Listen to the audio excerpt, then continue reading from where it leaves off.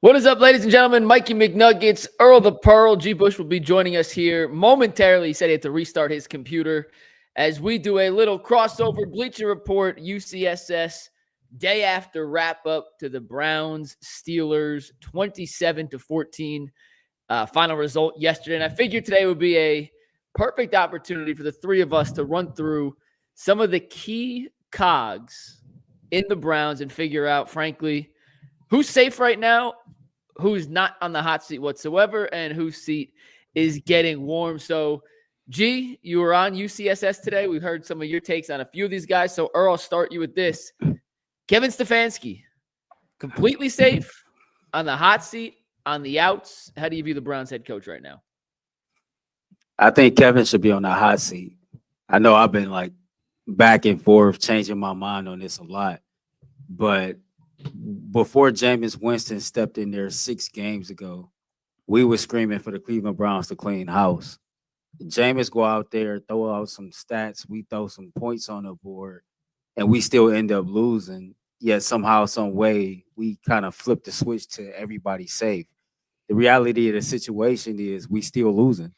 Nothing has changed. We're still not getting it done. When I look at Kevin Stefansky, it's hard to put him anywhere but on a hot seat. This team has underperformed. This team has kind of been unprepared to play at certain times throughout the season. You just look at the attitude of the team. You look at it seems like now everybody has this lax attitude. I don't know. You know, the OTAs, the training camp. I thought it was a soft camp. I just think everything, when you look at it in its totality, and then you go out and you look at his record, he's 40-40 now. So he got a 500 record, and he's not had consistency. You go 11-5, 8-9, 7-10, 11-6. Right now, we're sitting at 3-10. And so Kev has shown some signs of being a great head coach at times. He's a great game manager. I think he's a good manager of what he needs to do. But as far as lighting the fire under somebody's ass and getting the best out of them when there's nothing there, Kevin's just not that dude. And that's just the reality of the situation, and it might be time for a new voice. G? After a while, it gets to a point where, you know, it's like moving your apartment, man. It's like, I came to the conclusion when I moved my apartment and then I moved to my house, I realized, I'm like, man, this stuff been with me for like 2 or 3 moves. Man, I gotta go. Like, you ask yourself like this: am I better with it? Is this have any sentimental value? Is it useful? Is it just taking up space? And look, I understand that, Kevin Stefansky has run, coach of the year or whatever the case may be. But that's like saying, so is Joe Bitonio. Joe Bitonio has won some Pro Bowls, but at some point in time, Joe Bitonio going to have to leave, right? Like, I get that. The thing that is disappointing to me is just the way the team played. We talked about it, and this needs to be said somewhat too. We talked about it, and before Deshaun Watson got hurt, everybody said, what's the problem with this team? Well, it's Deshaun Watson. It's Deshaun Watson. The team just doesn't want to play for him. They don't want to. They're not rallying around him. Guys aren't catching the football. He's not getting rid of football. It was just a bad fit. Okay, well, Deshaun Watson ain't played, and that was before Halloween. Deshaun Watson hasn't played, and it was warm outside. So Jameis Winston comes in. Now, are we ready to put all of it on Jameis Winston? Are we willing to say, oh, well, Jameis Winston throws interceptions, so that means it's all on him? Well, no. At some point in time, Kevin Stefansky is the coach of everything, not just the quarterback, not just whatever it is. He is the head coach and responsible for everything that takes place on the football field. At some point, you have to say to yourself, if it's nobody's fault except for the quarterbacks, are you just willing to run it back? Because that's what I'm asking people. Put it in the comment section. What do you change next year? What are you just saying? This was are we going to chalk it up? Oh, this was a bad year, Mike. Yeah. You have them sometimes, but something has to change. I'm not saying it's Kevin Stefansky that definitely needs to be fired. But some of the stuff that goes on a daily basis, he's responsible for. I don't know how to say it any worse or any better. No, he's definitely on the hot seat. I've been a Stefansky defender. I think he's had a bad season. I don't think he's necessarily a bad coach. But if we're going to give him credit for winning games with makeshift quarterbacks last year, he gets part of the blame for losing games with makeshift quarterbacks this year. Just how it goes. You get credit, you get blame when you're the head coach. It all falls under your umbrella. And the reality is this team is 3-10, has underperformed for a number of reasons. It's not any one individual's fault specifically, but it all falls under the top pillar of the blockchain, and that top pillar is Kevin Stefansky. He is absolutely on the hot seat. We're going to have to answer a few of these next ones quicker, or we'll be here for 3 hours. But Jim Schwartz, hot seat, cool seat, on the outs, or completely safe? Hot seat. Listen, that's nice. You gave us a nice little run last year. It was cool. Defensive coordinator. Listen, Martin Emerson has regressed. Greg Newsome has regressed. Obo Akaranko has regressed. I'm looking for the other playmakers besides Denzel Ward and Myles Garrett, which you guys inherited. You guys didn't draft those guys. That was a whole 4 or 5 regimes ago. Juan Thornhill regressed. Grant Delpit has regressed this year. So my thing is, are we going to blame? Now, what's the excuse for him? Are we going to say that people hurt, or you lost Mike Hall? Mike Hall was the whole squad.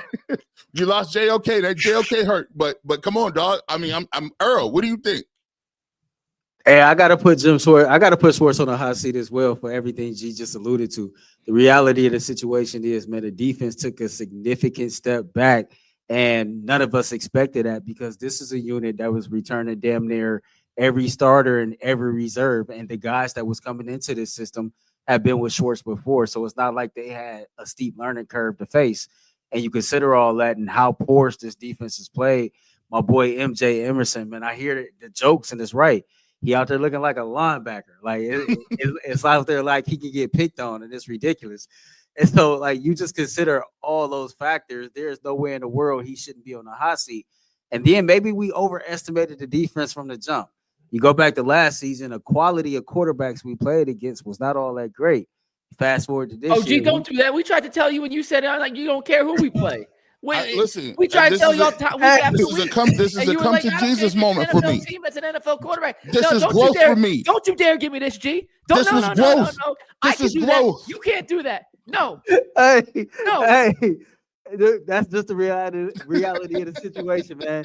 You look at that defensive unit, and you can really argue that it's been probably more disappointing than the offense, because you had legit expectations on the defensive side of the ball. There was always a wild card when it came to Deshaun Watson. It was a wild card because you had a new offensive system, et cetera. So, like, yeah, he should be on the hot seat. I put Stefansky on the hot seat. Jim Schwartz is on the hot seat, and it's turned up to a 10. Here's my issue with Jim Schwartz. He can coach. He proved it last year. He's proved it in Philadelphia. The issue is when he doesn't have the personnel to meet his system and do what he wants to do, he has not shown the capability to adjust and run something other than the wide nine, man coverage, aggressive defense that we saw work extremely well last season. This season, they haven't made any changes. They still don't play any zone coverage to try and hide some of the deficiencies in man. They still don't blitz a ton, despite the fact that outside of Myles Garrett, they don't have a semblance of another pass rusher. So I'm not saying Jim Schwartz is a bad coach. I just don't know how you get the talent on this defense that fits what he needs to be successful in one offseason when you're as hamstrung with the cap as the Browns currently are. So I right now lean towards a new defensive coordinator being the best option for the Cleveland Browns. G, you can start with Ken Dorsey, the other offensive side of the ball. Hot seat, cold seat, safe on the outs. Man, he was on a hot seat when they gave him the sticks. When they passed the sticks over to him, like, here, get your money off, dog. He should have been like, no, thank you. No, you're much too kind. I'm going to just go here and play the support role. Man, look, his scapegoat problem is this. No running game. Ken Dorsey, you're just not in charge of the vertical passing game. It doesn't say vertical passing game coordinator. It doesn't say shotgun maestro. It says offensive coordinator, which means blocking schemes. It means running the ball, and it also means protections. it's nasty work. The Browns have this team runs the ball like they're Houston or something when Andre Ware was playing. Like they are run and shoot. Like I haven't seen nobody run no draws in years. Browns run draw, or it looks like draw because everybody's already in the backfield. It's nasty work. I don't think he's gonna make it. I think he's probably gonna be the scapegoat for taking the L. Kevin Stefansky, a cold brother. He cold. He got that Harvard degree. He used it in that strategy. He was like, promotion, demotion. I'm gonna just step aside from this. Let you get your money off, Earl. Matter of fact, you get your money off right now. Yo, I was a guy that never was a fan of hiring Ken Dorsey. And I think I had tweeted out at said time, like, this wouldn't have been my move, but he's a part of the organization now, so I'm going to run with it. If the Browns decided to move on and fire Ken Dorsey right now today, I would not be mad at all. I don't like this spread offense. I think that if you are an innovative offensive coordinator, regardless of what your backbone or what your staple is, then you can properly assess a roster and put together a system that fits what you do, a la Ben Johnson in Detroit. It seems like he's forever innovative. And then the Browns don't have a running game whatsoever. And so how the hell can you consider yourself a quality offensive coordinator where you can't even produce a balanced attack? It just seems like an offensive coordinator, and it's funny, Cecil talked about this last week on an Ultimate 216 show. An offensive coordinator, they typically box you in based on what they believe you can do best. And to me, it just seems like he's not reading the room with the majority of the players. You know, the data is out there. It shows that when the Cleveland Browns have ran the ball more than 18, 20 times and actually played a similar style of offense to last year, they've had more success this season. Every single time they go out there and they try to run these 4 or 5 wide receivers out there with no running back in the backfield, or it's just everything about it has been bad. And I don't know. I was never a fan of the Dorsey hire to begin with, so I'm on the outs. Yeah, I'm also okay. He's definitely on the hot seat. I lean towards being on the outs as well. They've lost the ability to run the ball under center.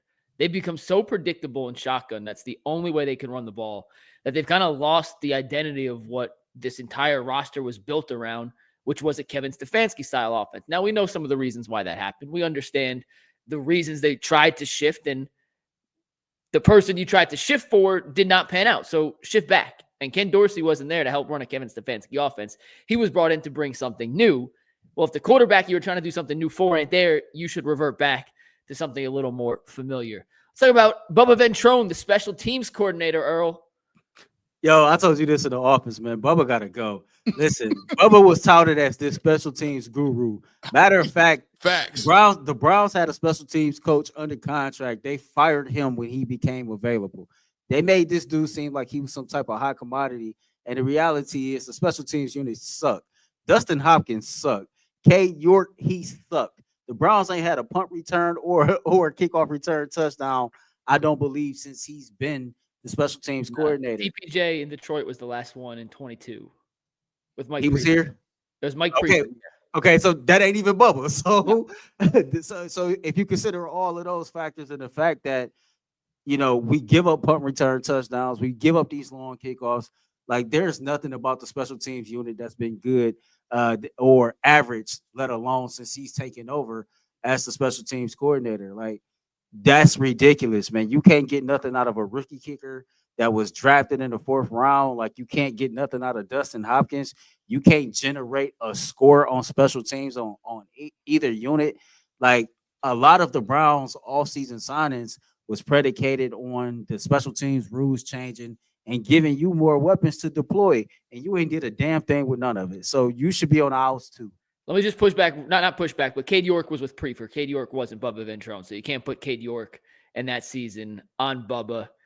They also signed Naheem Hines, who never played, by the way. He had him in the offseason last year, and he still got cut. So I was just saying. No, I get it, man. But man, no, that dude was touted like he was bigger than what he was, man, and he ain't did a damn thing. G, man, this is the easiest one, man. The kicker game is just ridiculous. Matter of fact, I'm not even gonna get him on that. Like Dustin Hopkins ran across the line and just eliminated a whole turnover in Jacksonville. Like, he just didn't even know the rules. He should be fired just because they had your boy. What's his name? Deontay Foreman. Returning punts and kicks. How was Deontay Foreman returning anything unless he's blocking for a smaller man? This is wild. They had him back there with a straight face. This, like, only the Browns. Only, and every time you ask, I'm like, man, we're going to get to the dude that's supposed to be buying groceries. You know how it be.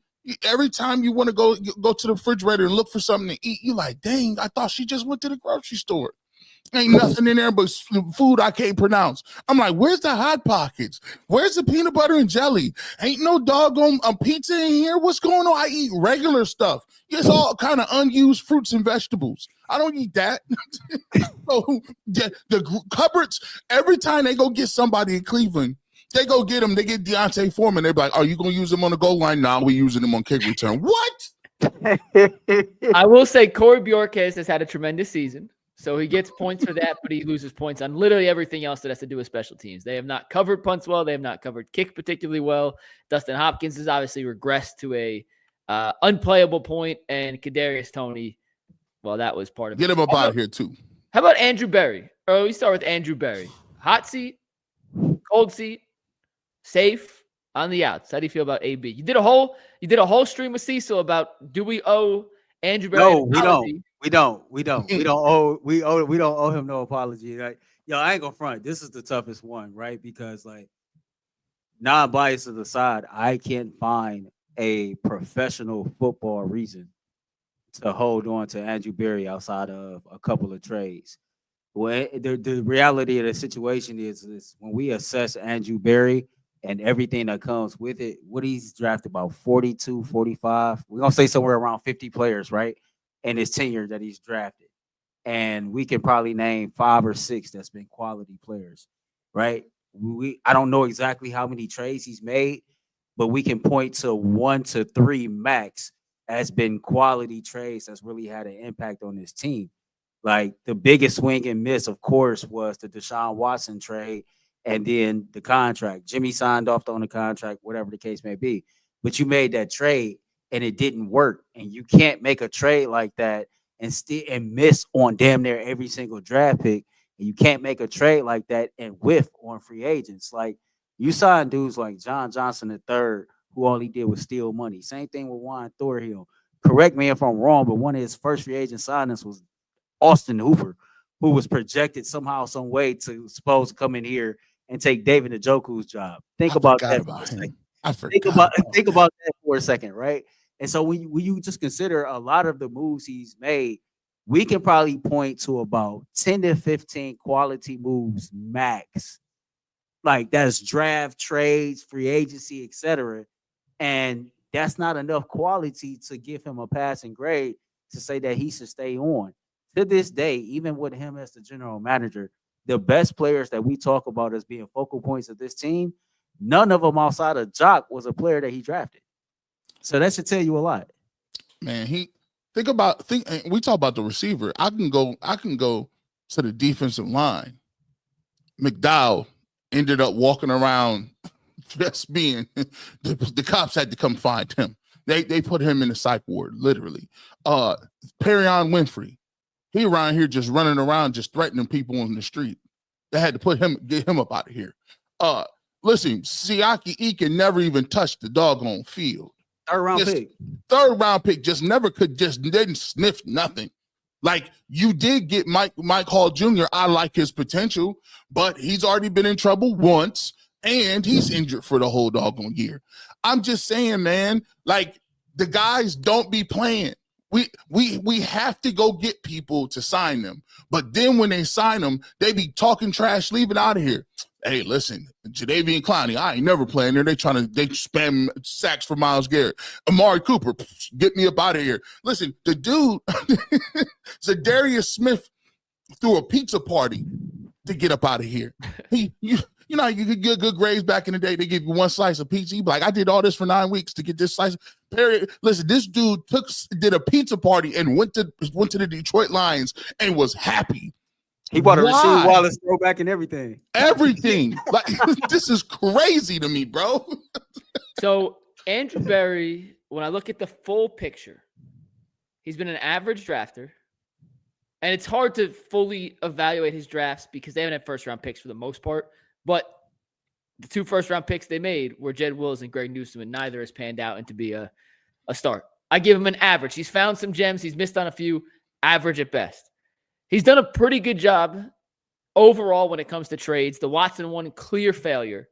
But he has turned late-round picks into Amari Cooper, Jerry Jeudy, Zadarius Smith. Earl was saying the Elijah Moore trade may actually look good last week. I think he's flipped his tune on that. But they have acquired some talent in trades. In free agency, we were on a show together, and we all said that Dalvin Tomlinson free agent signing was the single best free agency signing of the summer of 2023. And I think we all look like fools now because there have been many other deals on that list that turned out to be much better. I don't know how. I don't know why. I'm not sure if it's Berry's fault, coaching, development, how they bring in these guys that on paper are good fits and have produced in other places and then get to Cleveland and don't perform to the level that they should, they could, or that we expect. Thornhill, Tomlinson, Ogbo, the list goes on and on. Those 3 just come to mind right off the top of my head as just immediate ones. But then they also find some diamonds like Mo Hurst, right? So, like, he's been average. At the end of the day, though, the one thing he gets kudos for is his cap manipulation, right? That's what we all say. He's an Ivy League guy. He's a wizard at that. How many GMs could also do that if they had Jimmy Haslam backing those moves? All of them. Right? So, like, I don't even know. One of them. Does he get kudo points for that because he has the ability to when others don't? Or is that something that he's just good at? I don't know how to answer that question. I feel like I'm asking you a rhetorical question. I feel like most GMs, if they had that backing, would do that, but most GMs don't have that backing. Like, imagine this, right? Both of y'all, just close your eyes. The fans, if y'all watch, okay, let's close your eyes. And just imagine, right? Mm-hmm. Imagine if our former GM, John Dorsey, right, can cook with the way that Jimmy want to spend money right now. You see what I'm saying? Like, any GM, I think, can do what he's doing with Jimmy's money. So imagine with a GM that actually know how to identify talent. But and I'm asking you guys this because I was not here. I genuinely do not know. Was Jimmy willing to spend like this prior to Berry? It accelerated year. I think it kind of rapid up year after year. Jimmy's always been willing to like cut a check in a bag, but you notice the more thirsty he grow to be a competitive winning team, to be relevant, the more willing he is to spend. That Deshaun Watson move was the thirstiest I think I've ever seen Jimmy Haslam. Well, you got to think about it. You know, I talked about this. When you get older and you got a bunch of money, the reality is you can't take none of that with you. You start looking at legacy. You start looking at your resume. You start looking at what I'm leaving here behind. So that's why, to me, it's a legacy piece. He got the stadium. That's the feather in his cap. Like, he's going to get that off. He's going to pass that down from generation to generation. The winning part is, hey, I was part of the Pittsburgh Steelers organization. And we thought when we were here, I'm old enough to remember, when he came, we thought he was going to be the guy because he had the bag and he was already had the pedigree because he was sitting up underneath the Rooneys. And we're like, yo, this is going to be great. And then he just got here and was like, nah, I'm from Tennessee and I'm doing it my way. Can I keep it real with you? Like, I think we overblow that.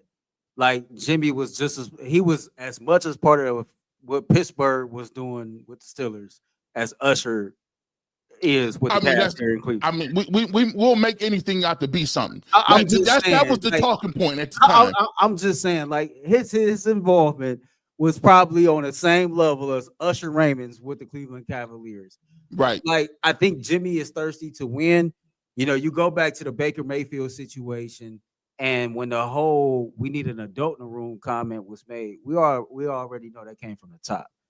Once Jimmy Haslam made the decision, because whatever Baker said or did pissed him off, and he made that decision, he wanted another quarterback, it was over with. And he was going to write whatever check, do whatever he had to do to get a quarterback in here, even if that quarterback wasn't Deshaun Watson. And so, like, you know, with Jimmy is going to spend the money. Jimmy is going to do whatever. But at the same time, he could meddle too much. As it pertains to Andrew Berry, Jimmy spending all this money. You got all these assets, and we still rocking with Dorsey and Shashi Brown's players as our focal players of this team. So you got to have something to hang your head on, McNuggets. You got to have one player that you can point to and say, that's my guy. Last one, and we'll do this super quick one-word answer because I'm 100% sure we will be unanimous in this. Paul DePodesta, safe or should he be out? You fired. I think he's safe. Well, not what you think, what he should it be. This is my thing. This may seem controversial. I still don't know what he does. None of us do. Yeah. I just think he's the rich guy's owner's boy. That's your man. Like if I don't care. Like that's like, yo, if I got a bunch of money, I'm gonna bring Earl and McNuggets on, and we're gonna do a show. If you don't watch it, so what? I'm spending the money. These are my people. They're going to be on the show regardless. It don't matter. We not getting no new hosts. Ain't no new co-hosts coming. Yeah. It's just going to be Earl and McNuggets. I think that's how he rolling with it. Like, hey, we'll get some new coaches and staff, but this my man. I know, man. We see people do that all the time, man. That's your homie. That's your homie. Yeah. Rolling. I mean, rolling with it. There's a million examples of it. Podesta, none of us know what he does. I think we all agree he probably should be on the hot seat because he's been part of 4 regimes, but guess what? He's Jimmy's dude. So it's not, this was a great exercise, guys. We wrap up here because as it turns out, and as it should be when you're a 3-10 team, everybody's on the hot seat. Doesn't mean everyone's going to get fired and everyone should be fired, but no one should feel comfortable with the current position they personally are in or where this team is in. We appreciate you guys for tuning into this Bleacher Report UCSS crossover. We are back on the Ultimate Cleveland Sports Show tomorrow, 11 a.m. to 1 p.m. on YouTube. We're back on Bleacher Report Sunday for our post-game show. We appreciate y'all tuning in, and we will see you guys tomorrow. Peace. Peace. Peace.